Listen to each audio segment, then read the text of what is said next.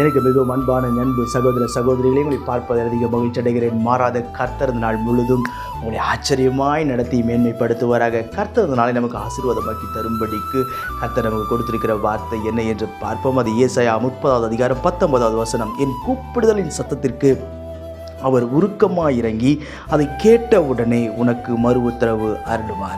உன் கூப்பிடுதலின் சத்தத்திற்கு அவர் உருக்கமாய் இறங்கி அதை கேட்டவுடனே உனக்கு மறு உத்தரவை கர்த்தர் அருளச் செய்கிற தெய்வமாய் இருக்கிறார். ஒருவேளை நீங்கள் எல்லா மனிதர்களை கூப்பிட்டு கூப்பிட்டு கூப்பிட்டு சோர்ந்து போய்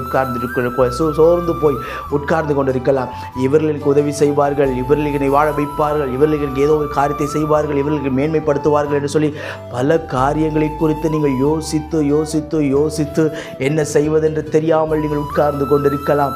ஆனால் இன்றைக்கே நீ கூப்பிட்ட எல்லா மனிதனும் தன் செவியை அடைத்து கொண்டு போய் கொண்டிருக்கலாம். கர்த்தர் சொல்லுகிறார், நீ கூப்பிடுகிற சத்தத்திற்கு அவர் உருக்கமாய் இறங்கி ஓடோடி வந்து உனக்கு இறங்குகிற கர்த்தரை தான் நீங்களும் நானும் ஆராதித்து கொண்டிருக்கிறோம். பிரியமானவர்களே, நன்றாய் கவனிக்க வேண்டும். நாம் விண்ணப்பங்களை ஏறெடுக்கும் பொழுது யாரிடத்தில் ஏறெடுக்கிறோம் என்கிற ஒரு விசுவாசம் நமக்கு இருக்க வேண்டும்.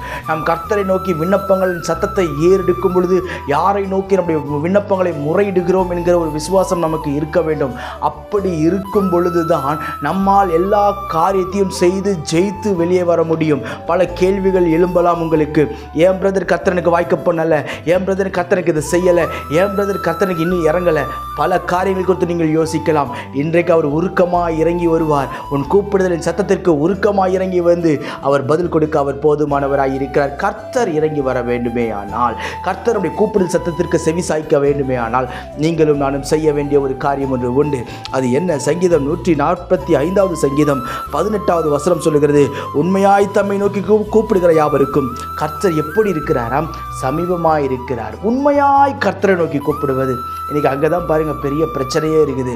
ஏதோ காரியத்திற்காக, ஏதோ ஆதாயத்திற்காக, ஏதோ ஒரு கட்டாயத்திற்காக கர்த்தரை நோக்கி கூப்பிடுவதல்ல. கர்த்தரை நோக்கி உண்மையாய் அவரை நோக்கி கூப்பிடும் பொழுது, உண்மையுள்ள இருதயத்தோடு அவரை நோக்கி கூப்பிடும் பொழுது, உண்மையுள்ள இருதயத்தோடு அவரை ஆராதிக்கும் பொழுது, உண்மையுள்ள இருதயத்தோடு அவரை கனப்படுத்தும் பொழுது அவர் தூரத்தில் இருக்க மாட்டார். உண்மையுள்ள உன் இருதயத்திற்கு பக்கத்தில் வருவார். இந்த உலகத்தில் பார்ப்போமே ஆனால் உண்மையுள்ள இருதயங்களை கண்டுபிடிப்பது மிக மிக மிக கடினம். பயங்கர மாயமாலமான ஒரு உலகம், பயங்கர ஏமாற்றுத்தனம் இருக்கிற ஒரு உலகத்தில் தான் நீங்களும் நானும் வாழ்ந்து கொண்டிருக்கிறோம். இன்றைக்கு கர்த்தர் சொல்லுகிற ஒரு வார்த்தை என்ன தெரியுமா? உண்மையாய் நீ கூப்பிடு. நீ இருக்கிற இடத்துல உண்மையாய் கூப்பிடு. உன் சத்தத்தை உயர்த்தி கூப்பிடு. அப்பா என்று கூப்பிடு. அப்பா என்று கூப்பிடும்பொழுது, ஏசப்பான்னு கூப்பிடும் பொழுது அவர் உன் அருகே ஓடி வந்து, நீங்கள் யாராக இருந்தாலும் சரி, எந்த மதத்தை சார்ந்தவர்களாக இருந்தாலும் சரி, இயேசு என்கிற நாமத்தில் எல்லா காரியத்தையும் பெற்றுக்கொள்வீர்கள். அற்புதம் நட. நான் உங்களுக்கு ஜெபிக்கட்டும். பரலோக பிதாவே, இந்த வார்த்தையை கேட்ட அன்பு சகோதரர்கள் ஒவ்வொருவரையும் ஆசீர்வதிப்பீராக. ஆண்டவரே, கூப்பிடுதலின் சத்தத்திற்கு உருக்கமாய் இறங்கி என் தேவநீர் பிள்ளைகளுடைய கண்ணீரை துடைக்கும்படிக்கு நான் ஜெபிக்கிறேன். இன்றைக்கி என்னென்ன காரியங்கள்லாம் அப்படி பிள்ளைகள் கைட்டு செய்கிறார்களோ அத்தனை காரியத்தையும் ஆசீர்வதி சுவாமி. மனித கண்களில் தயவும், எல்லாவற்றுக்கும் மேலே அவருடைய கண்களில் கிருபையும் கிடைக்கட்டும். மேன்மைப்படுத்தி கனப்படுத்தும். இயேசுவின் நாமத்தில் ஜெபிக்கிறேன் ஜீவனுள்ள பிதாவே. ஆமென், ஆமென். God bless you.